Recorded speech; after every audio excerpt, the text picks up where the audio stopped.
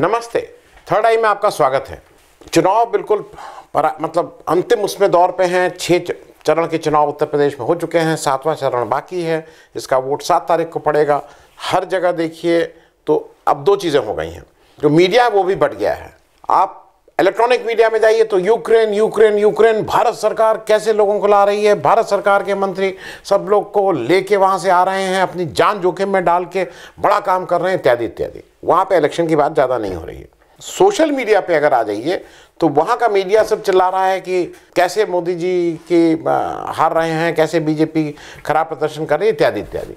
तो मीडिया भी 2 अलग अलग तस्वीरों को दिखा रहा है। दोनों इंपॉर्टेंट क्योंकि चुनाव की अहमियत तो अपनी है, क्योंकि अगले 5 साल ये निर्धारित हो जाएगा कि उत्तर प्रदेश में कौन सी पार्टी और कौन सा नेतृत्व रहेगा।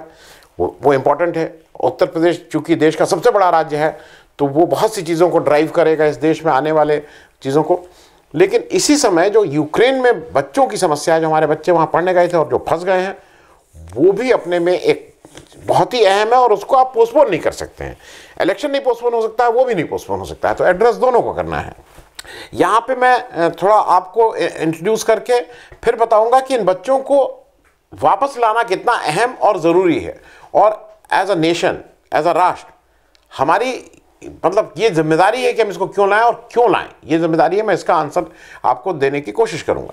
लेकिन इसके पहले अपनी बाकी बात शुरू करूं, आपसे आग्रह, चैनल को सब्सक्राइब करें, चैनल की मेंबरशिप ले लें।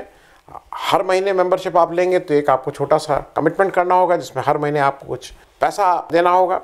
और अगर आप हर महीने का कमिटमेंट नहीं करना चाहते हैं तो वन टाइम एक बार हमारी आर्थिक मदद कर सकते हैं। उसका डिस्क्रिप्शन नीचे बॉक्स में दिया है, वहाँ से जाके आप एक बार भी हमारी आर्थिक मदद कर सकते हैं।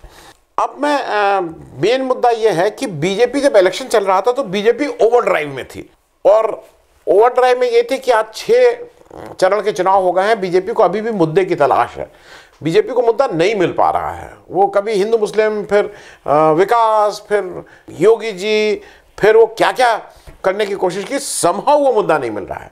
इस बीच आ गया यूक्रेन क्राइसिस आ गई। ये लगा कि ये तो राष्ट्रवाद, जैसे बालाकोट पुलवामा हुआ था। मैं आज भी इस बात का वो हूँ कि बालाकोट पुलवामा की वजह से 2019 के इलेक्शन की वर्डिक्ट पे फर्क पड़ा था, क्योंकि उसको कहीं राष्ट्रवाद से जोड़ दिया गया था और लोगों से कहा गया था कि इसको आप राष्ट्रवाद से जोड़िए। इसको भी करने की कोशिश की गई। लेकिन अब कहाँ समस्या हो रही वो मैं पहले आपको बताऊं। दिक्कत क्या हो जा रही है कि चूंकि सरकार एक चीज़ नहीं समझ पा रही है, भाजपा एज अ पार्टी ये नहीं समझ पा रही, तो वो कहीं कॉन्फ्लिक्ट हो रहा है। कुछ लोग इधर भागे जा रहे हैं, कुछ लोग इधर भागे जा रहे हैं उन्हीं की पार्टी में।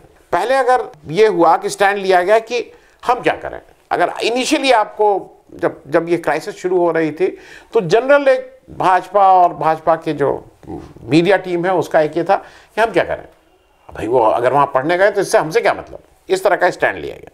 फिर उनको कहीं ना कहीं ये लगा कि नहीं ये ठीक स्टैंड नहीं है, क्योंकि अगर हम क्या करें तो वो कहीं वो वाली बात हो रही थी जो किसान आंदोलन में मोदी जी ने कह दिया था ना सतपाल मलिक को, कि वो मरे हैं तो मेरे लिए मरे हैं। तो कुछ उस तरह के आसपास की बात थी। तो जो भी उनका थिंक टैंक रहा हो उसको लगा नहीं, इसमें ऐसा करते हैं कि मंत्री जी लोगों को इन्वॉल्व कर देते हैं। तो जो बच्चे जो 6ठे 7वें जहाज़ में आ रहे थे तो वहाँ हमारे मंत्री जी लोग पहुँच जा रहे थे। वहाँ पे ज्योतिरादित्य सिंधिया जी पहुँच के और जहाज़ के अंदर करके और उनसे कह रहे थे स्वागत है, आइए, आपका क्या है। मतलब अगर जो हिंदुस्तान एक बार पहुँच गया है उसका स्वागत करने क्या जा रहा है, कोई ये बारात तो आई नहीं है, आप क्या स्वागत कर रहे हैं। खैर वो एक उनको असल में दिक्कत क्या है कि सारी चीज़ें इवेंट मैनेजमेंट होती हैं। सारी चीज़ों में एक ये चाशनी रहती है कि कैसे इससे कोई इवेंट बनाया जाए और इसका कुछ चुनावी फायदा उठा लिया जाए।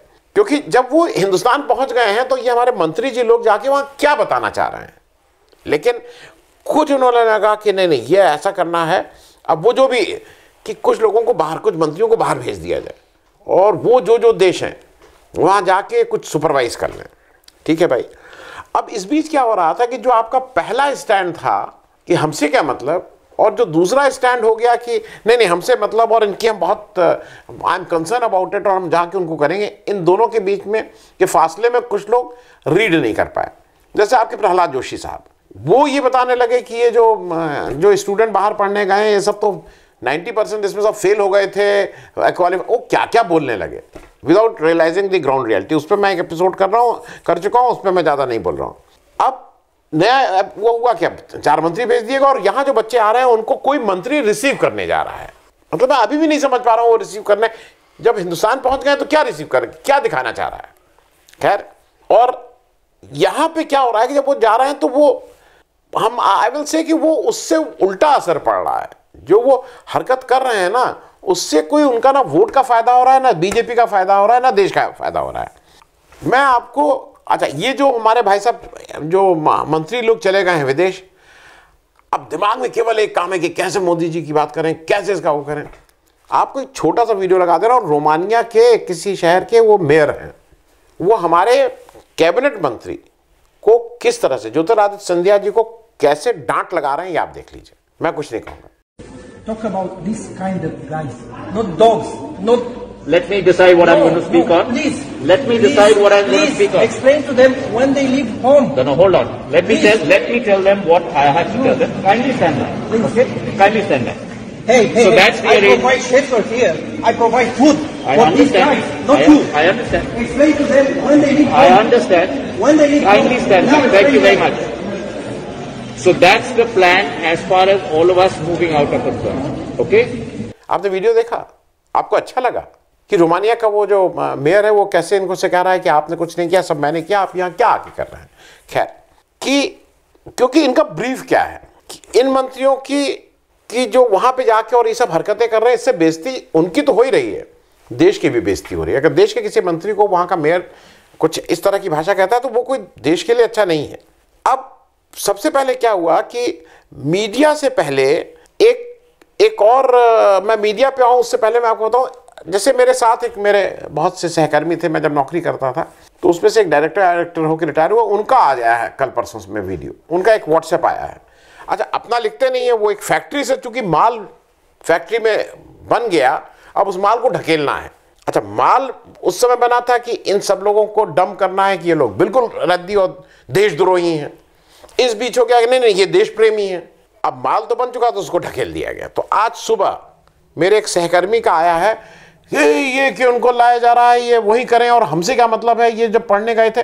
इस तरह का आप लोग भी देख रहे होंगे, अपना नहीं लिख रहे हैं, ये फैक्ट्री से माल जो है उसको फॉरवर्ड कर रहे हैं। ज़्यादातर लोगों ने वो देख ली होगी मैसेज, जिसमें एक स्टैंड ये ले रहे हैं जो फैक्ट्री के लोग हैं और जो व्हाट्सएप यूनिवर्सिटी के बड़े बड़े प्रोफेसर और लेक्चरर साहब लोग हैं कि हमसे क्या मतलब, and why taxpayer money should be use for bringing them back.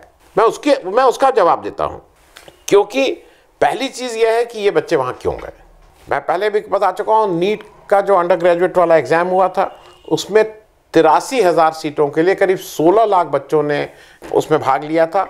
15,17,000 बच्चों का, 15.25 लाख बच्चों का क्या होगा, उसका जवाब किसी को देना होगा, क्योंकि सीटें आपके पास 83,000 हैं। तो वो बच्चे कहाँ जाएंगे? आपके पास कोई प्लान है?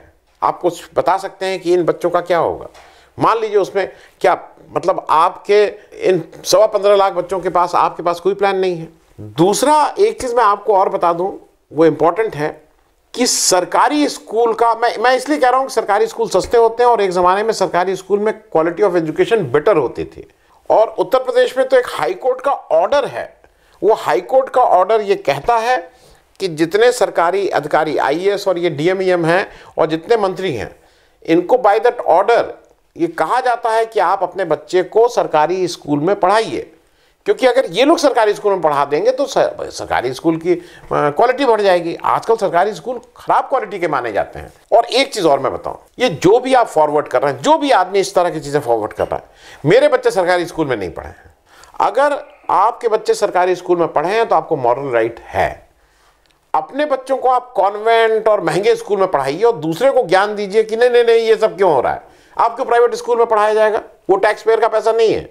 खैर, अब टैक्स पेयर के पैसे की भी जरा मैं आपको एक मिथ को तोड़ दूं, जरा मैं समझा दूं, इसलिए कि इनको क्यों लाना जरूरी है। मैं केवल लेन देन की मतलब हार्डकोर इस पे कि why it is important that they should be brought back. मैं ह्यूमैनिटेरियन ग्राउंड की बात नहीं कर रहा हूं, इंसानियत की बात नहीं कर रहा हूं, उनके कुछ नहीं कर रहा हूं, बिल्कुल जिसको कहते हैं ना नफा नुकसान की बात कर रहा हूं। फाइनेंशियल ईयर 2020-2021 जो हिंदुस्तान का नेट कॉर्पोरेट टैक्स था, इनकम टैक्स, वो कुल 2020-21 में 4,57,000 करोड़ था। कॉर्पोरेट टैक्स है, मैं इसलिए कह रहा हूं क्योंकि पर्सनल इनकम टैक्स अलग है। कॉर्पोरेट टैक्स में सरकारी संस्थान, ये सारे लोग आते हैं, और उस सरकारी संस्थान में जो मजदूर वहां पर काम कर रहा है उसका भी कुछ ना कुछ अंश है, जो वहां पे एम्प्लॉई है या जो वहां का खलासी है।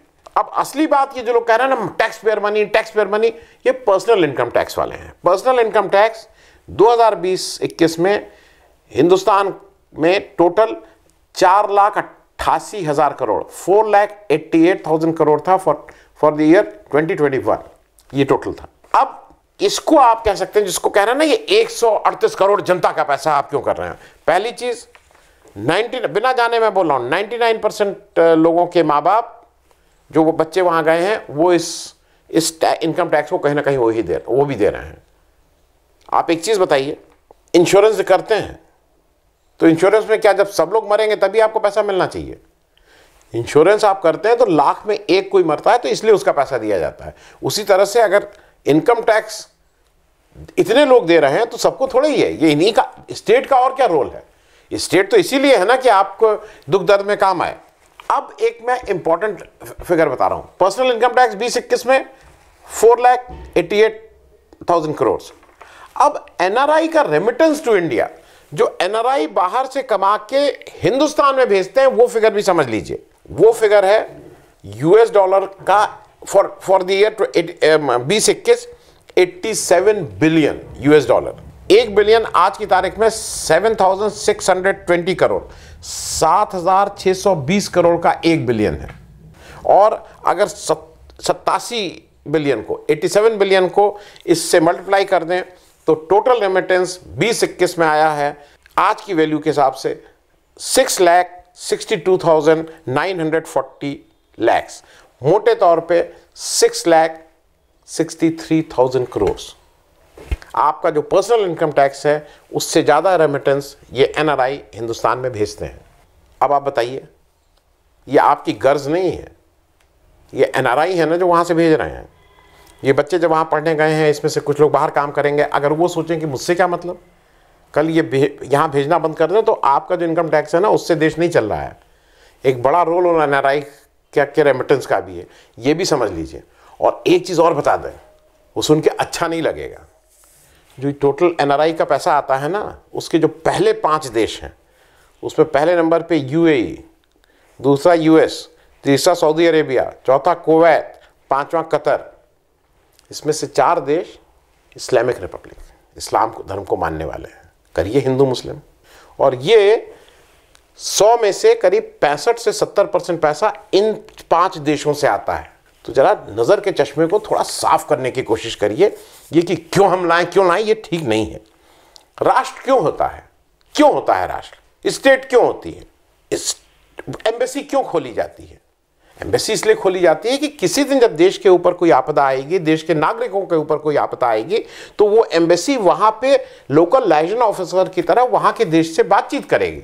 देश के ऊपर कोई भी आपदा आ सकती है, देश युद्ध में आ सकता है, देश के ऊपर आर्थिक समस्याएं आ सकती है, इसलिए होती है कि मौज मस्ती के लिए एम्बेसी में लोग रखे जाते हैं कि मौज मस्ती करो। तो ये जरा ये मुश्किल दिनों के लिए एम्बेसी खोलते हैं।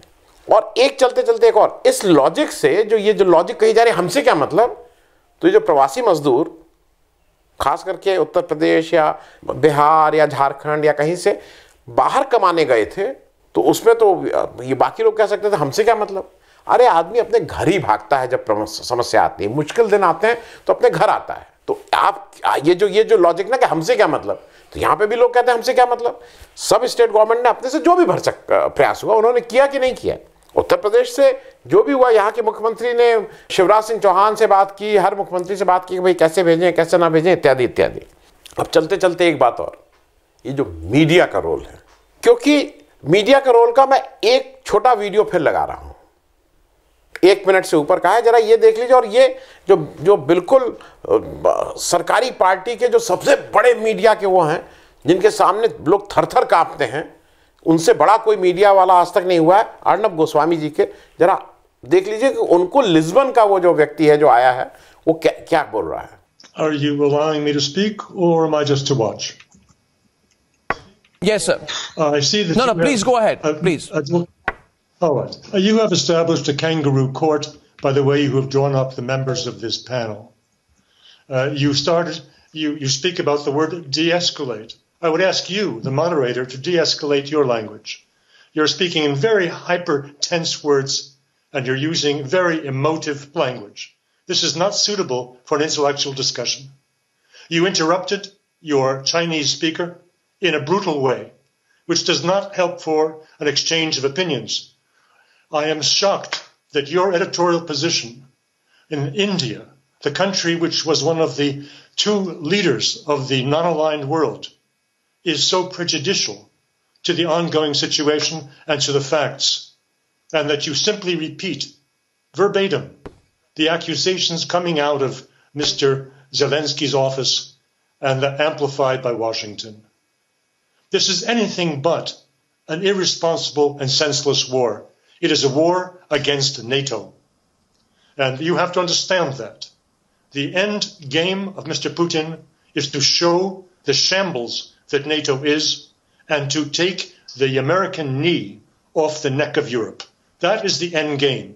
And you, India, along with China, will be the major beneficiaries if Mr. Putin succeeds.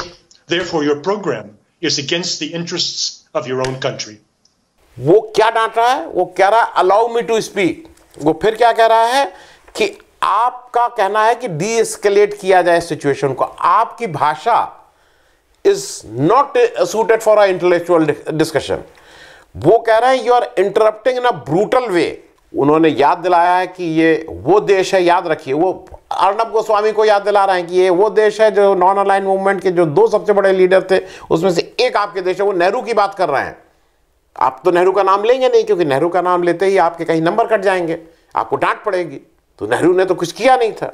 आपका प्रोग्राम वो बार बार कह रहा है और कस कस के कह रहा है, धीरे नहीं कह रहा है, is against the interest of your own country. वो कह रहा है कि ये जो रशिया कर रहा है ये नेटो के अगेंस्ट कर रहा है, और अगर इसमें रशिया कामयाब हो जाता है तो इसके सबसे बड़े बेनिफिशियरी चीन और इंडिया होंगे। तो ये जो आप बात कर रहे हैं ये आप अपने इंटरेस्ट के अगेंस्ट कर रहे हैं। मैं फिर से बता दूं, जो जिस तरह से ये जो मीडिया वाले और खास करके इलेक्ट्रॉनिक मीडिया के जो सरकार के पक्ष में बात करते रहते थे, इन्होंने उस सरकारी पार्टी के जो जिस तरह से अपने को किया है, सरकारी पार्टी का उससे नुकसान हुआ है।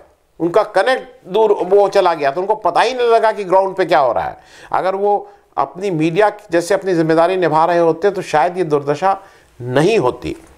अब चलते चलते एक चीज और, जब ये बच्चे आ गए हैं, इंडियन एयरफोर्स का एक हिंडन में आया, तो वहां उनको रिसीव करने कौन भागे भागे गए? Deputy defence minister Ajay Bhatt ji. अब अजय भट्ट जी वहां पहुंच के नारे लगवा रहे भारत माता की जय। मैं भी बोलूंगा, कहीं भी अगर कोई राह चलते भी मैं कहीं चला जा रहा हूं, अगर कहीं मुझे सुनाई देगा भारत माता की, मैं भी कहूंगा जय। कोई कहीं वैसे ही बोलेगा इनकलाब, मैं भी बोलूंगा जिंदाबाद। दो बार कहने के बाद वो क्या कह रहे हैं? माननीय मोदी जी। बच्चे चुप, नहीं जिंदाबाद बोल रहे हैं। बिल्कुल चिंता मत करिए, जीवन बच गया है, मोदी जी की कृपा से सब ठीक होगा। भारत माता की जय, भारत माता की जय, माननीय मोदी जी जिंदाबाद, माननीय मोदी जी, भारत माता की जय। मुझे लगता है कि अगर उन्होंने ये किया तो उसी जहाज से उनको वापस भेज दीजिए। अजय भट्ट साहब, ये उनकी हिम्मत कैसे हुई कि उन्होंने मोदी जी पे जिंदाबाद नहीं बोला? और कम से कम यहां आप आ गए, यूएपीए का मुकदमा कर दीजिए उन बच्चों के ऊपर कि तुम्हारी हिम्मत, हम यहां पे हम आए और हम कह रहे हैं मोदी जी जिंदा, मतलब माननीय मोदी जी, मोदी जी नहीं, माननीय मोदी जी, तो तुम उसमें जिंदाबाद नहीं बोल रहे हो। This amounts to anti national. और इन लोगों के, इन बच्चों के ऊपर कुछ ना कुछ इस पर कार्रवाई होनी चाहिए। Thank you so much.